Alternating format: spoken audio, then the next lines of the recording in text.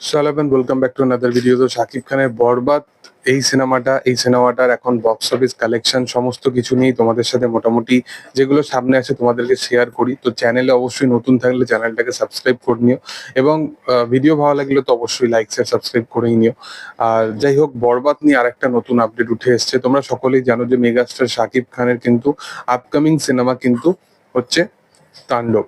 এবার তাণ্ডব তারপরে মেগাস্টার শাকিব খানের কি সিনেমা আসতে চলেছে। তো শাকিব খানের তোমাদেরকে একটা আপডেট তোমাদেরকে অলরেডি আমি দিয়েছিলাম বরবাদ রিলিজের ঠিক আগে।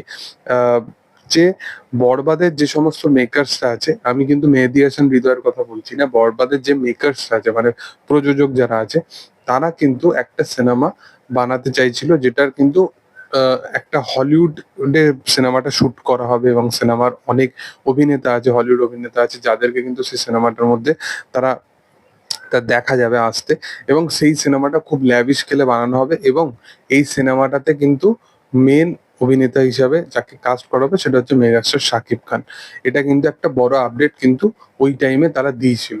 এখনো কিন্তু সেটাই শোনা যাচ্ছে যে প্রযোজক বা মেকার্সরা তারা কিন্তু এরকমই কাইন্ড অফ একটা বড় প্রজেক্টে নিয়ে ভাবনা চিন্তা করছে, যেখানে অভিনেতা হিসাবে শাকিব খানকে আমরা দেখতে পাবো এবং সেই মেকার্সদের নেক্সট সিনেমা শাকিব খানকে নিয়েই হবে। এবার সেটা বরবাদের কখনো সিকুয়েল হবে কিনা সেটা নিয়ে কোনো ব্যাপার নেই, সেটা অন্য কোনো কাজও হতে পারে, অন্য কোনো পরিচালককে আমরা দেখতে পারি সেই জায়গাতে।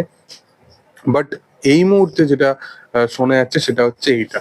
তোমরা সকলেই জানো যে মেগাস্টার শাকিব খানের পারিশ্রমিকের ব্যাপারটা, এইটা নিয়ে কিন্তু খুব বড় কোশ্চেনিং উঠছে যে সে সিনেমার ইটসেলফ পোটেনশিয়াল 50 কোটির কালেকশনের কাছাকাছি চলে আসতে যায়, সে সিনেমার জন্য শুধুমাত্র সে 1 কোটি টাকা চার্জ করেছে। আমার মনে হয় যে আগামী যে সিনেমাগুলো আসবে সেখানে তার পারিশ্রমিকটা অনেক অনেক বেটার হবে।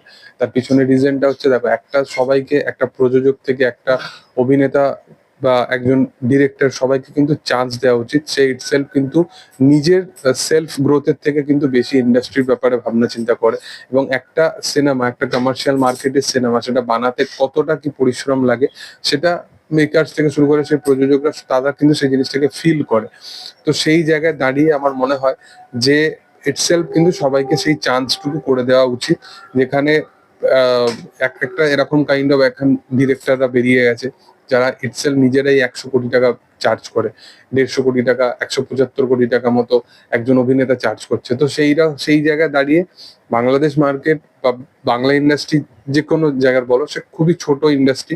তো সেই জায়গায় দাঁড়িয়ে ওই রকম কাইন্ড অফ চার্জ না করতে পারলেও কিন্তু অবশ্যই চার্জটা বেটার হবে। কারণ তোমরা জানো যে প্রিভিয়াসলি যে সমস্ত সিনেমাগুলো রিলিজ হয়েছে, তো সেই টাইমে তার 40 লাখ 50 লাখ এরকম কাইন্ড অফ কিন্তু একটা চার্জ দেখেছিলাম।